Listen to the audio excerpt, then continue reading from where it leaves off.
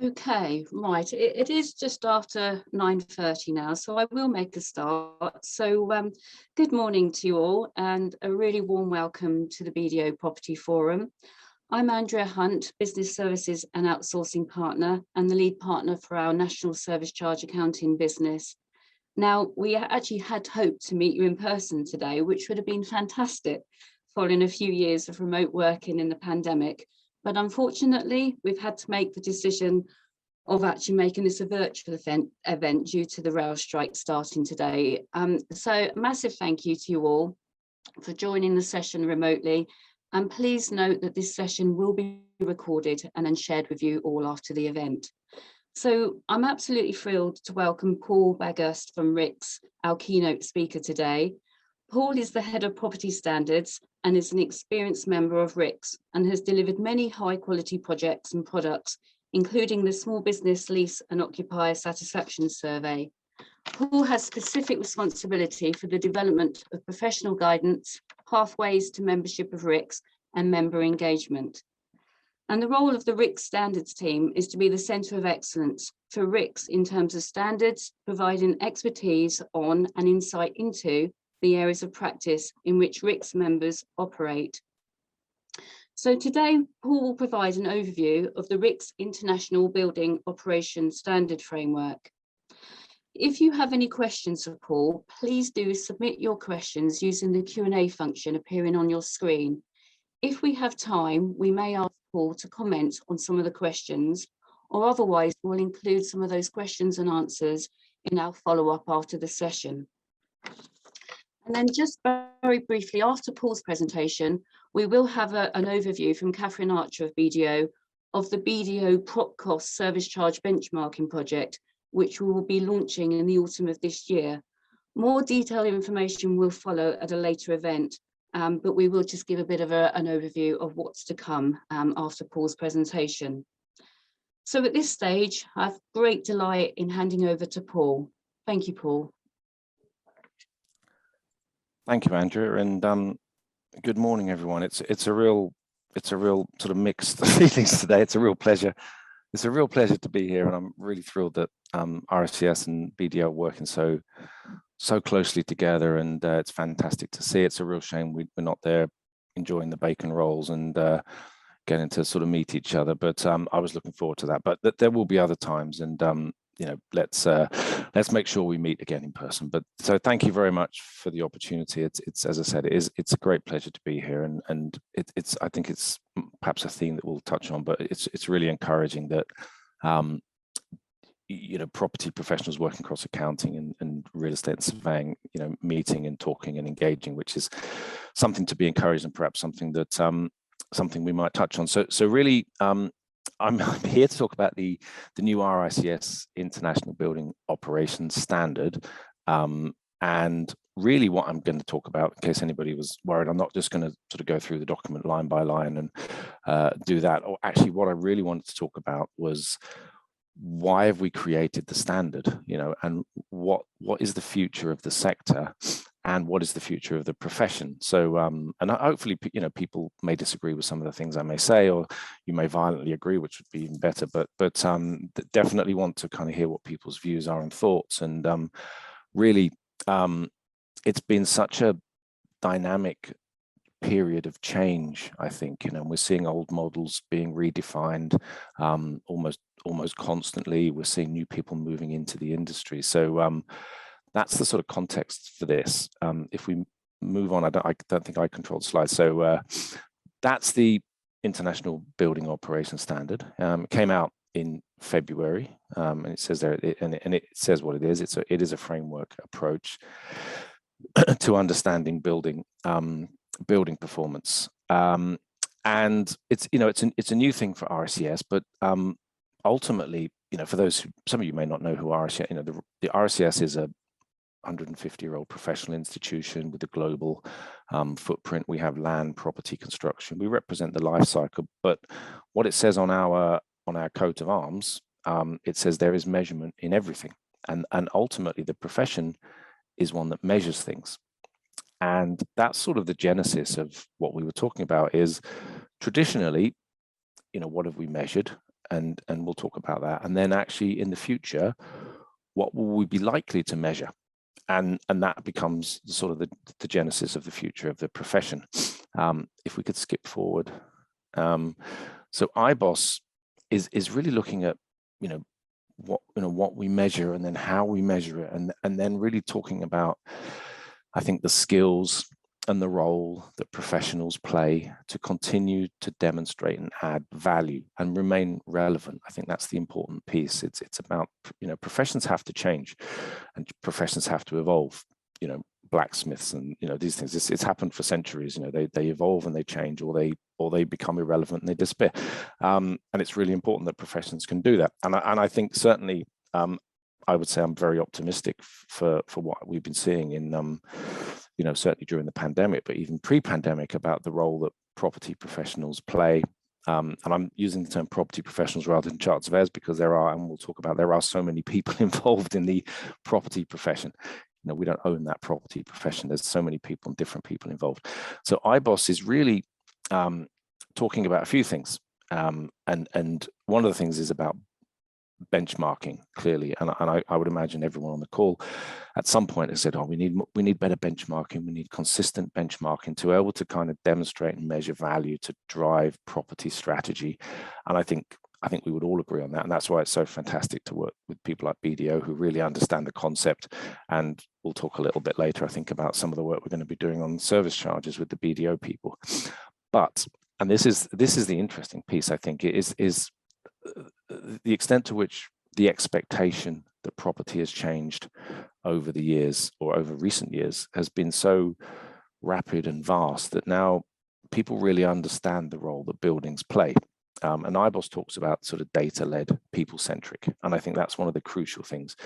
Data is going to be, a fundamental key to how we demonstrate value, but what data, and then also this people-centric, and that's a term that gets used a lot, I think, when we talk about real estate.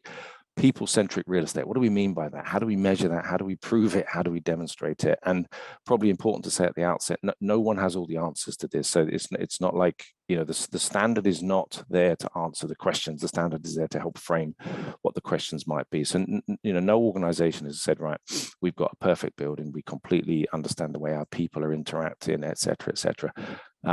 If we skip forward.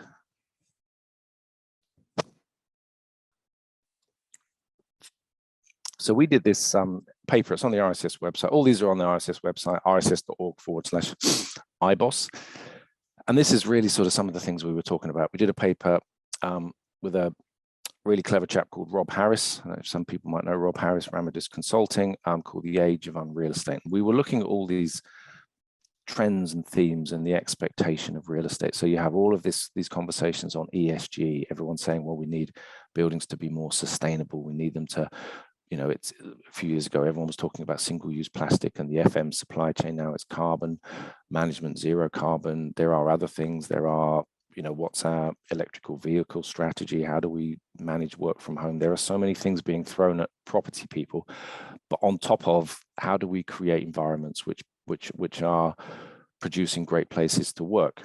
Probably important to say here that we're not just talking about offices, and I think that's a really important point sometimes, is we all default to offices, and we probably almost all start thinking about the type of building that BDO work in, which is a lovely building and it's a great place, and but most people don't get to work in those places. And certainly, we send children to schools and hospitals, and we have care homes and all sorts of places. So we're talking about all the buildings that you can imagine.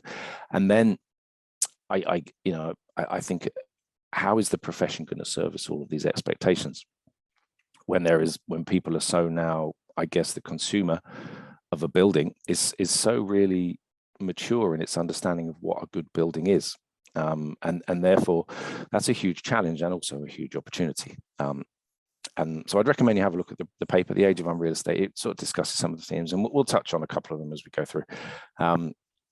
Next slide, please. I'll try and find different ways to say that. Okay, so where do we start from?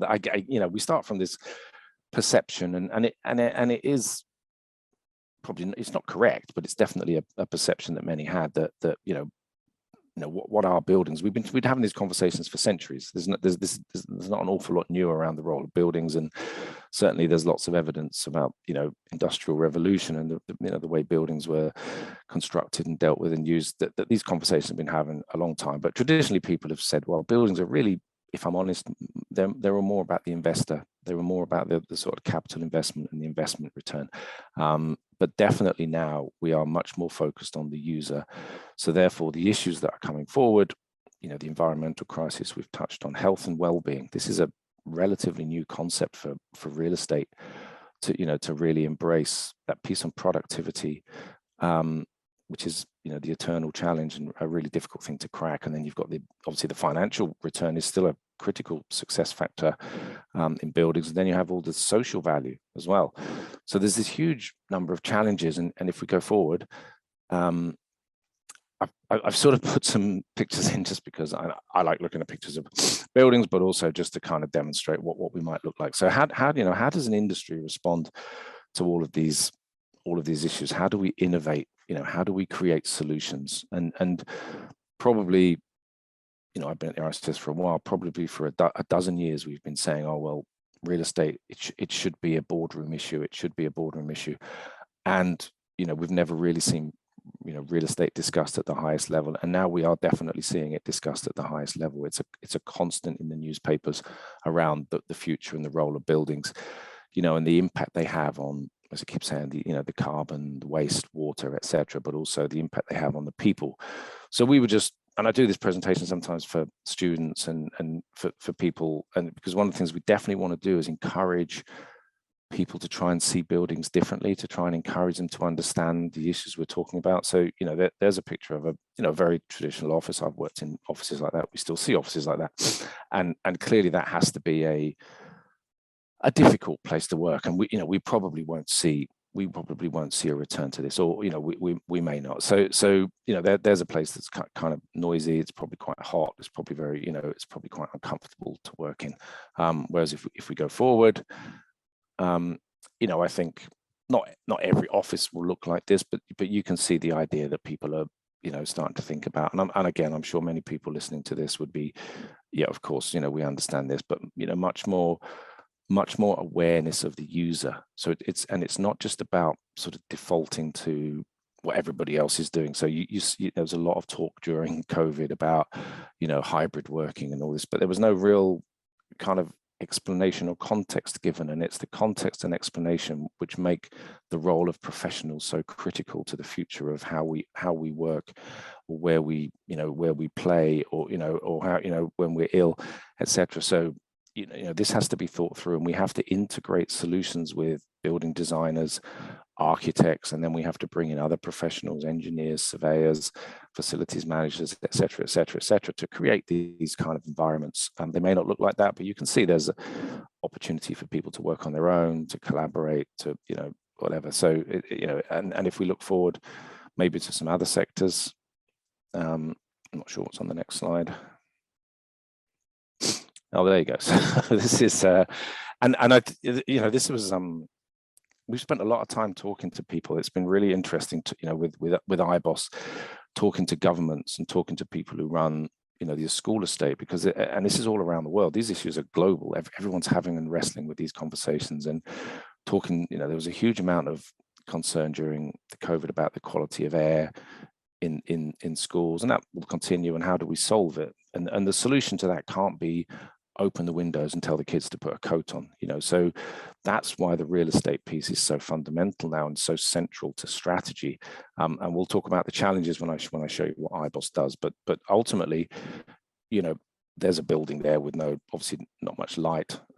It's probably very hot, very stuffy, and how productive and how much learning are those children going to do? Whereas if we skip forward, we're much more likely to see those kind of types of solutions, which, and we'll talk about cost and how we measure that, but they come at a cost. But actually, what's the value? I keep using the word value. Where's the value? And IBOS talks a lot about kind of inputs and outputs, and how we start to really focus on the outputs and the outcomes, because I think that's really where the industry needs to get to, and to become very strategic and really recognized for the value it adds.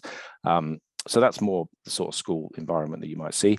I think we've got some more pictures of other types of things. Okay, so this looks, yeah, crikey, yeah. So that's not an unfamiliar retail experience for many. I'm sure that's one way of providing an experience. But if we go to the next slide, I think we'll see much more of this sort of experience. It's much more familiar to us now when we if we're going to get up and go somewhere to go for a retail experience, it's going to have to provide us with that. And I'll, again, keep using the word experience. How do we provide an experience, whether it's an office one, a school one, a retail one?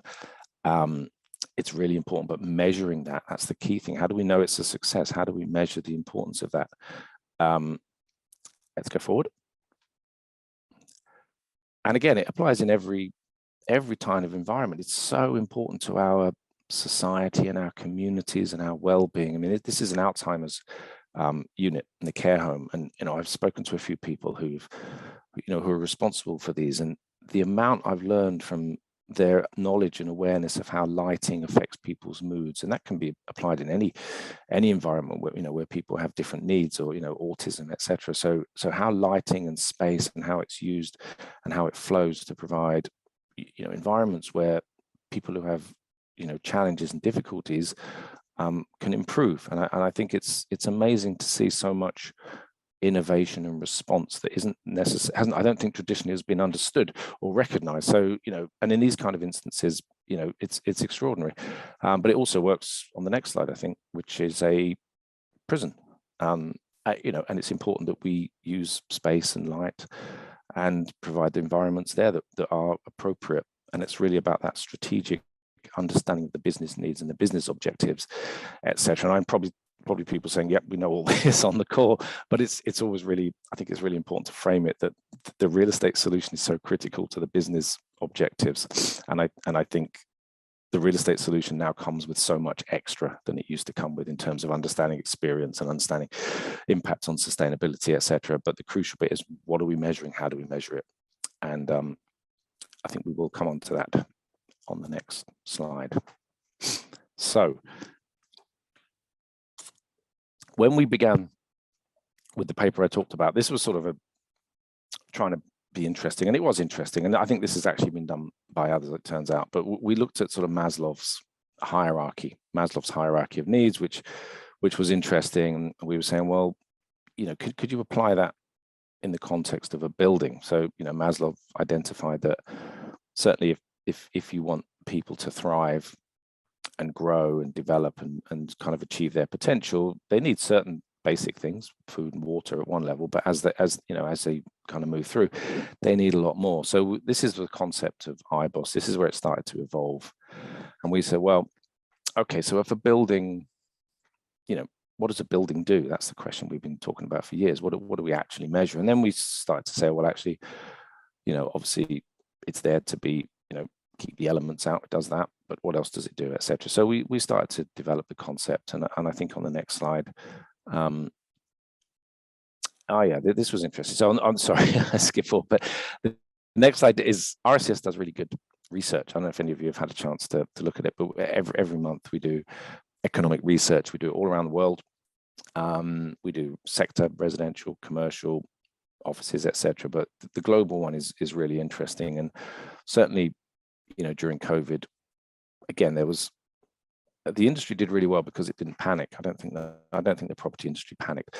I think the media tried to generate panic by saying, well, that's it, the office is dead and everybody should sell, and we're just going to have ghost towns, and etc. And there's a element of truth in that, but not to the extent that I think they were talking about. So all the evidence that we've gathered is all around the world, yes, organizations may well be looking to sort of reduce their office footprint, but not to the extent that perhaps was suggested by some. But the next slide tells us that what we will be seeing is that certainly in the office sector, there's going to be a huge sort of transition and change from what people expect from their office.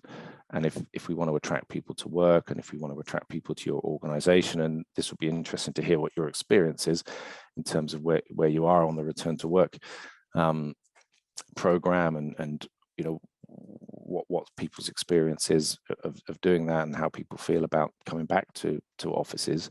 But it's pretty clear from our experience that, you know, it's consistent across the world that people will be looking for quality, you know, this kind of return to quality, this rush to quality. So how are we going to meet these challenges? Because everybody's very clearly telling us that when they come back to work, they're going to expect more than they had when they left. And I think that's a really interesting trend. So organizations that don't respond, therefore, you know, they may find themselves struggling to compete either on investment or whether just to attract, you know, to attract occupiers, etc. So organizations are very, very switched on now to the need to provide these kind of healthy environments that are attractive to people to come back to work.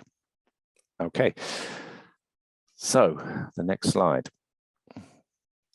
Yes, and I think I touched on this at the beginning, is the property industry is changing. It's changing really quickly, and it's been so interesting and encouraging to see. And as we sort of RICS and others, as we go through, you know, we get to talk to lots of people, and I've really, really enjoyed sort of virtually going around the world talking to different people. But the industry is no longer sort of RICS, you know, not that it ever was, but we have, particularly from the tech side, I don't know if there's any sort of tech people on the call, but the tech platforms, what they call the prop tech community, those solutions providers are providing huge value, I think, at the moment. Spend a lot of time talking to them and seeing what they're doing and what they're delivering, really kind of helping organizations, but also helping professional firms to really upskill what they do and invest in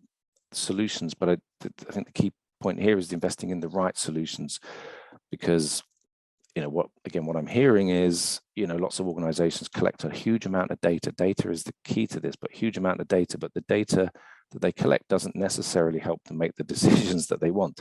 It's just a lot of data. And how do we analyze the data? So a lot of organizations are saying, well, let's think very carefully about the data that we collect. You know, I've heard organizations say we used to get 13 pieces of data about a building. Now I've got 15 million.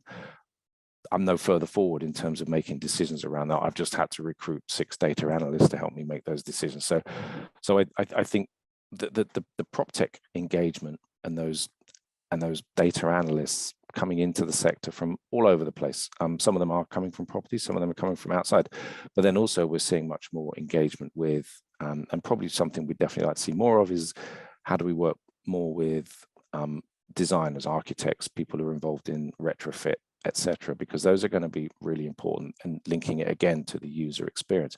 How do we engage with the financial sector, the accounting community, who are, and as we'll come on to see, a really, really important part of this, and then talking to obviously sort of governments and end users and occupiers and different sectors and FM providers, and it's a really interesting dynamic space at the moment. But the key, I think, is that we're seeing lots of innovation, integration, and a real appetite to learn from each other. And I think often when I present it, I talk about, it's almost like there's a new profession emerging here. There's almost a space that's been created where a new profession will develop, which really understands the role buildings play in all of those environmental, social, environments, as well as clearly around cost. And benchmarking will be the key. I think benchmarking in data to demonstrate the value will be the key. So without keeping you in suspense, I think the next slide touches on, there you go. So IBOS, as we said, it's a framework, and it's deliberately simple, because one of the things that's really important to me personally, but also to RICS, is we have a responsibility to act in the public interest. That's our job as a professional institution, as a Royal Chartered institution.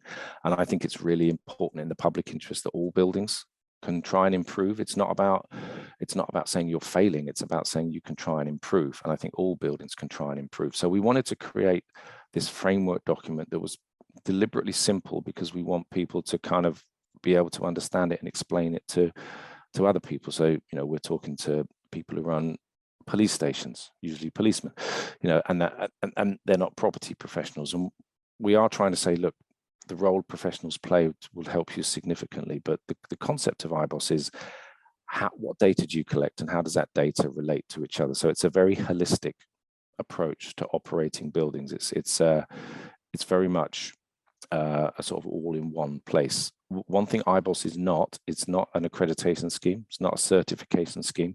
We're not stamping the building and saying it's a 5-star building. We worked really closely with some of those organizations, people like the Well and the Wired Score, and they do a brilliant job. Those things are really great and they're fantastic. IBOS is not that. So it's a standard. It's not intended to, tell you that you've got a 5-star building, etc., etc.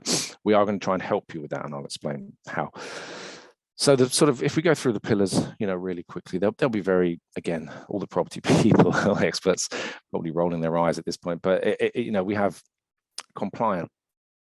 Of course, you have to measure temperature, air quality, noise, and then you also have to link that to the user experience, because IBOS doesn't tell you the temperature should be 23 degrees. That's not the point of it. It says, is the temperature in the building appropriate for what the building is trying to achieve, and how are the users using it?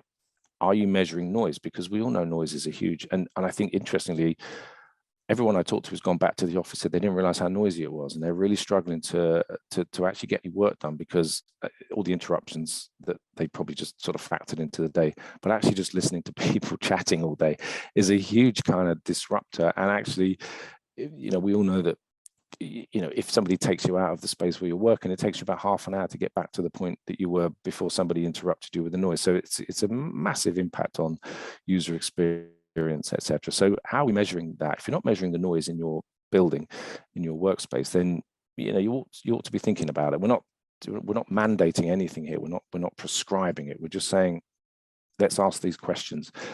The functional piece, again, surveyors are really good at this. This is something that we have an international property measurement standard. We're very good at measuring space, but what does that information tell us? And then what does it enable us to do? And I think looking at workplace optimization and developing plans based on that, again, linking it to the user experience. How do people feel about the space? If you're going to reduce your office space, then how are we going to do that? How are we going to measure the impact of that? And that you may find it's very successful. You may reduce office space and actually improve the user experience, but you're going to have to collect the data. And lots of organizations didn't have that data. And again, that's fine.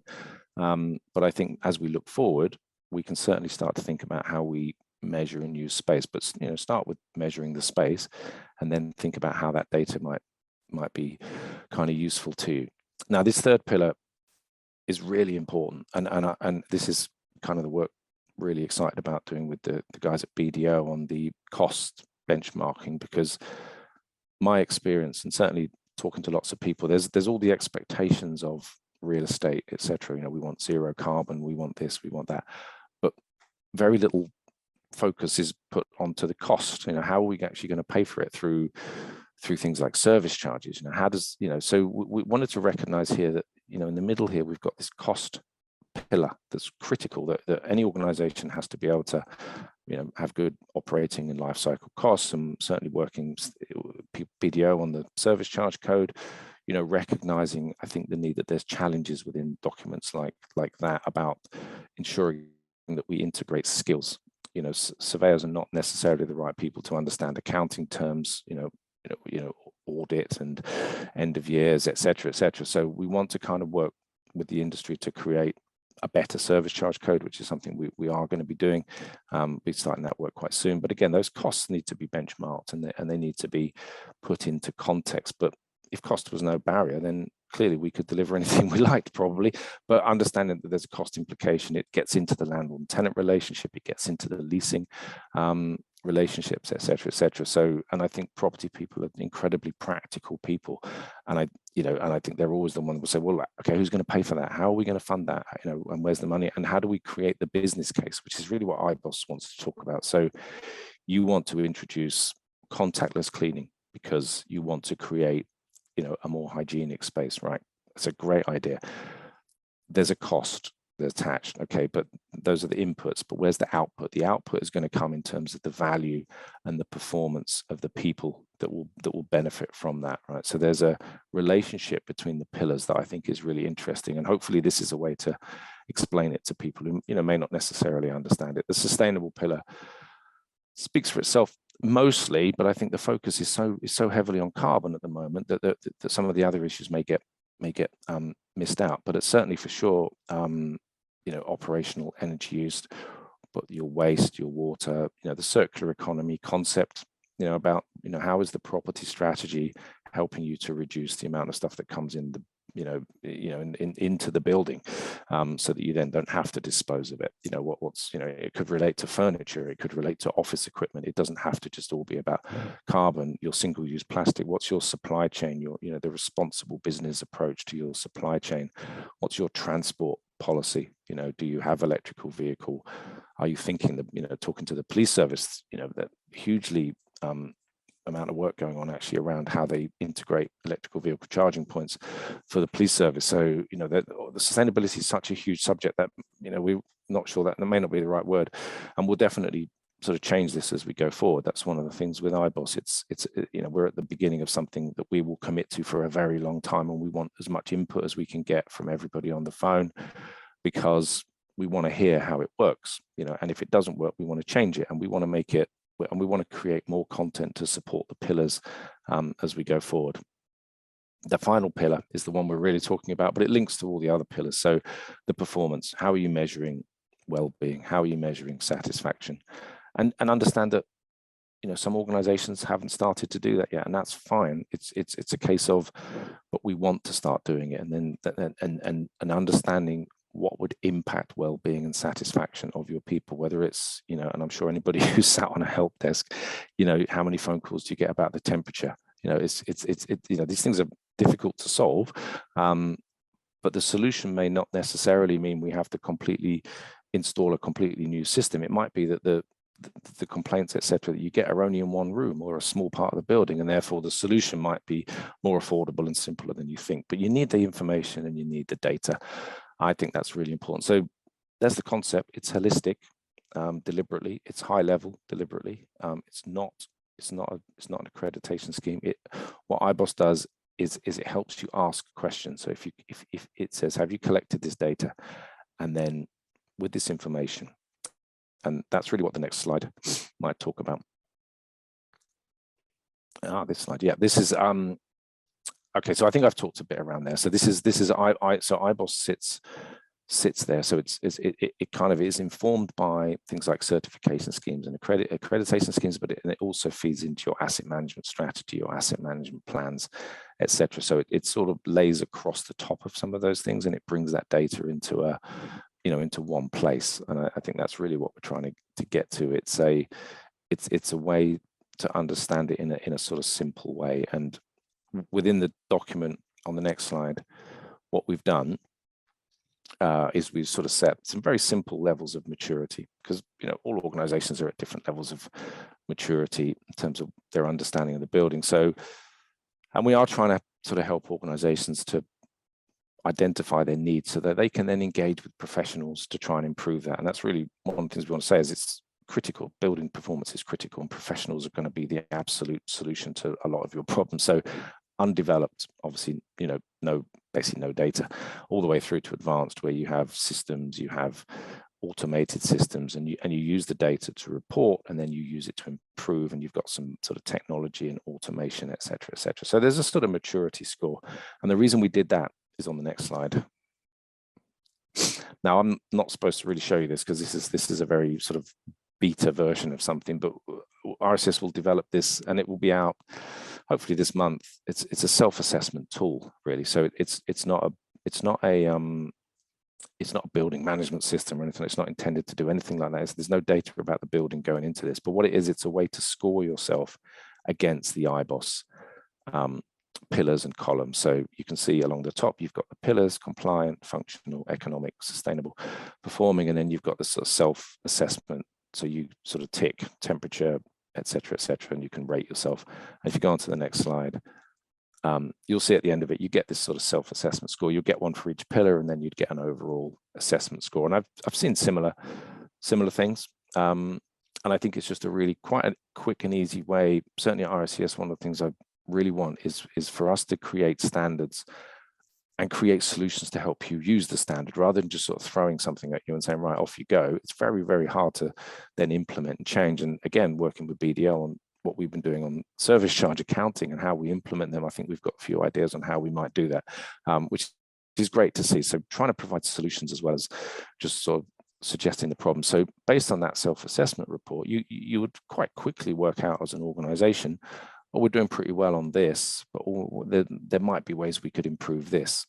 I wouldn't say it's massively sort of scientific, but it does give you a very sort of quick overview of the way how you might improve. And then you would say, well, what might the solution be if our performing score isn't that great? It might be that you think, well, we should invest in the WELL standard because it's a great thing. You may not have the money to invest in the WELL standard, so you might find other solutions. And what we're trying to do, and hopefully in the next iteration of the self-assessment tool, we would create reports for you that would kind of link you to people who would be able to, you'd be able to talk to, you know, if it was saying, well, you're not very good at controlling your costs, then certainly we would say, well, you know, let's introduce you to some accounting firms, etc., who would understand that, or let's introduce you to some people who understand well-being or sustainability. There's a whole load of professionals out there. So that would be the sort of next, I think, the next iteration of that. I think we're sort of coming towards the end of the slides. I think there's probably, yeah, one more. So and really it's a sort of summary. We did a piece of work with Avis and Young, you know, around workplaces and probably you know, you can read it yourself, but really what I wanted to say is, you know, the future is exciting. The future will be around data-led, people-centric, but also it's really important that we understand, and everyone on this call understands this, but explaining it to people who may not understand it is, it's not as simple as you might think. It's really complicated, and that cost piece is central to the fact that of what you can deliver and how you deliver it.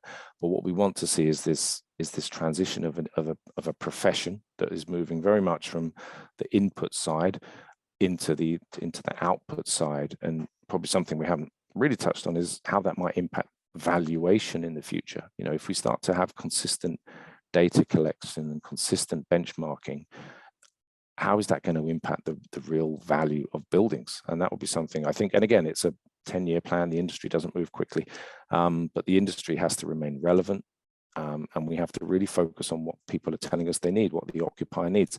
And that's a very exciting piece. So we're talking about a different profession. We're talking about people who are much more, you know, data analytics, but also that kind of human piece. May not be the same person, but somebody who can integrate all that into property strategies is going to become a very important part of business. And that's certainly, a lot of the feedback has been incredibly interesting. And we've spoken to people all around the world, from, you know, sort of Apple on the West Coast in California and India and Scandinavia and Australia and everywhere in between. And the issues are the same. IBOS is not there to make you feel bad. It's not a regulated standard. It's there to kind of help you identify the questions you can ask of yourself to try and improve. And how do we do that? I think I'll leave it there, Andrew, if that's okay. But thank you very much for the opportunity to talk to you. It's on the website, rcs.org/IBOS, but also really, really keen to hear from everybody individually. So if anybody's got any questions, wants to hear more, wants to adopt the standard, give us a case study. We're working on some good case studies right now. You know, really keen to hear and sort of share that with the world, because the more we can do that, the more, you know, the more confidence people have. Thank you, Paul. That was just absolutely fantastic, and a really good insight into how the property industry is evolving and the challenges we face. I have checked. We do have a question for you, Paul, from Robert Stark. He's asking, how much and what proportion of the experience and service levels expected by occupiers in the new world is the responsibility of the designer and/or the building operator, as opposed to the occupier who has responsibility for and ownership of their own space? Yeah. That's a great question. Normally at this point, I'd say, oh, the Wi-Fi is playing up, and I can't I can't hear you. No, isn't that a great question? Because you know, I don't think we could put a number on it, but absolutely. And you know, how do we get better conversations between occupiers and architects and building designers? And that's got to be a challenge for us, and we had BIM over many years now, where we talk about BIM, and everyone said, well, BIM's great, but it didn't really reach the occupier and the people who were delivering the solution, because for some reason I went to so many conferences on BIM where they would say, right, all the sort of construction guys go into that room and all the FM teams would go in the other room. And why are we doing it like this? We can't do it like that. So I think it's a case of something we're going to have to see more of over the years. Certainly, I know we're having much better conversations with architects and designers, and maybe the issue around retrofit is something where that's going to have to kind of feature. But I suppose there's a bit of responsibility on both sides. I think the users and service providers have to ask better questions, and the architects and designers are going to have to respond better. But at the moment, well, previously I think they weren't even on the same page. I think that's changing. Okay, thank you, Paul. And I've got just another comment that's just come through from the group as well. Many of our clients are reducing their office space by 40%. Why is this, or why does this not reflect in your figures? And yeah, European Commission plans to reduce office space by 25% minimum in Brussels. Yeah, I think our research, our economic research is actually pretty accurate. I mean, it's mostly sentiment based, so it's normally ahead of the trends in terms of what actually happens. And I can only say what the research that we've been getting off our members has been telling us in terms of the most recent one was very optimistic about the office sector. There will inevitably be some shrinking in the office market, and certainly, we've been talking to government in the UK about levelling up, and what does that actually mean for how we have better integrated office, residential, retail, etc. How are we going to deliver on all of these things? So yeah, for sure there'll be some shrinking in the office sector, and that's that rush to quality, which is why the challenge is so important, that we meet it with high quality offices, so that people, that we don't have all these sort of stranded assets. There's definitely some challenge on the carbon piece that we're very alive to, and then also just delivering these great buildings. So I think it just varies from market to market, but certainly the information we're getting is more optimistic than you might think. Thank you, Paul. And just one final question before we hand over to Kathryn. You've spoken a lot about benchmarking and data, and obviously Kathryn's going to give a bit of an overview of what we're working on our PropCost project. But what would you consider the challenges are around collecting data for benchmarking, Paul? Yeah, I mean, it's such an easy word to use, isn't it? Oh, let's have more consistent benchmarking, and it's such a challenge in terms of some organizations just having too much data, so and not being able to create it and analyze it well, and that's happened a lot, I think, where it's just inconsistent. It's inconsistent between buildings. Certainly talking to people who have portfolios, and they would say, well, we've got different data sets for this building and that building. There's also quite a lot of data, and that's why IBOS is a framework, because lots of people collect data on one thing rather than, and it doesn't tell you necessarily what you think it might tell you. So how do we share data across teams rather than having these sort of silos where you might have a lot of information on sustainability, or you might have good information on cost, but are those data sets talking to each other, and what systems are you using to encourage that? So I think involving the tech piece, so simplifying it is going to be important, I think. So not just data for the sake of it, more consistent, but more integration between data sets, and understanding how one data set might inform another. So a piece of data on the temperature and noise is good, but it has to link to another piece of data on experience and cost and sustainability, because they're all linked and they're all connected. And that's what I think we need to move towards, is more integration, a more holistic view of how data can be analyzed. Absolutely. Thank you, Paul. Okay, thank you very much for your presentation. Thank you. I'll mute. Okay, so I'm just going to hand over to Kathryn Archer now. So Kathryn is a senior manager who works in our service charge accounting team at BDO, and she's the project lead for PropCost, our service charge benchmarking project. And Kathryn's just going to give a very high level overview of this, and more information will follow later in the year. But over to you, Kathryn. Thank you. Thanks, Andrea. Yes, this really is just a very brief update on where we're at with PropCost. So if we go on to the next slide, please. So what is PropCost? PropCost is the name for our service charge benchmarking project. And as Paul mentioned earlier, we're really delighted we're going to be working closely with RICS on this. Paul will be working with us, particularly looking at some of the trends that come out of the data that we are able to look at as part of the project. So the overall vision is for an online interactive tool collating independently sourced service charge cost data. So the idea with that is that you would log on to an online tool, you'd select your building criteria, so an office in central London, other factors relating to that building, and the tool would be able to give you a benchmark for service charge costs relating to a building with similar factors. So where we are with that at the moment is year one, we are going to be just focusing on offices, and that is step one. We will build that out to other building types as we move forward. But year one, offices only. We're currently working with our contributors at the moment to collect that data. So I do want to just take this opportunity to say thank you to our clients that are currently working with us to collect that data and put it into the model. Year one, we will have a publication coming out in autumn. So please do look out for a launch event in November, and that will be to support the launch of a publication on our first year of the project. And then we will be working on the online tool, and we're expecting that to be released at the end of 2023. So that's to look out for in the future. If we just go on to the next slide. So we do have some credentials in this area.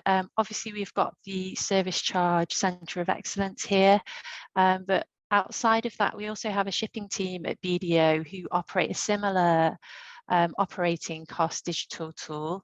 That's now in its 21st year of production. So we do have quite significant expertise in building this type of tool. You can see some snapshots here. And that will build into our online property service charge benchmarking tool that we have. If we just go on to the next slide. So just to say, if you do want any more information, I appreciate that's been quite brief.